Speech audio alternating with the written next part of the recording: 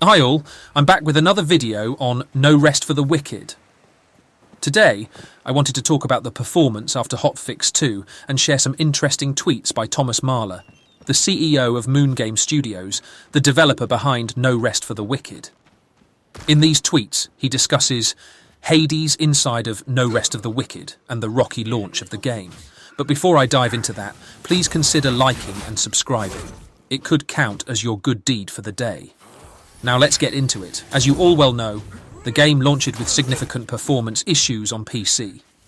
Luckily, just 3 days after launch, and on a Sunday no less, there was a hotfix that brought improvements. If you want to know exactly what was improved in Hotfix 2, I'll link the video in the description.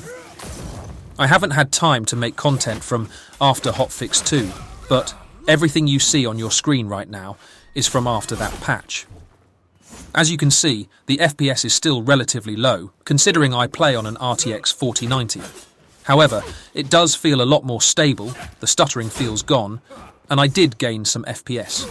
In the footage, I'm running everything on the highest settings at 4K. My previous video about performance remains relevant, in a way, because I feel that in many games, DLSS does a lot of the heavy lifting for performance, and this game doesn't have that yet. Which means that if you are very critical about performance, it might be good to wait for this implementation. Let's talk about the tweets. The CEO, Thomas Mahler, addressed the mixed reviews on Steam by explaining several factors affecting the game's initial release. Localization issues. The game had early bugs, particularly missing text, in languages like Chinese and Japanese, which led to many negative reviews. These issues have since been resolved, with further improvements promised.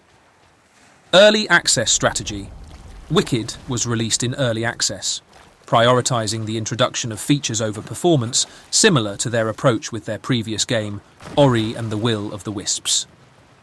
The team aims to continuously optimize the game, drawing from past experiences where they significantly improved performance post-launch. Quality of life improvements. The game was developed up until its release, leaving some desired quality of life features unimplemented. However, these are intended to be addressed shortly. Overall, the message is optimistic about the game's future, highlighting the positive initial reception and valuable feedback received through early access.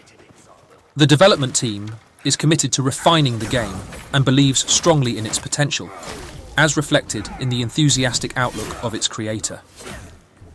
I tend to agree with his view on this, especially when I see that the game already improved from 59% to 67% positive, and my experience indeed improved with both hotfixes. Then, the last and most interesting tweet. He mentioned that for the Crucible dungeon, they are planning to implement more challenges and statues.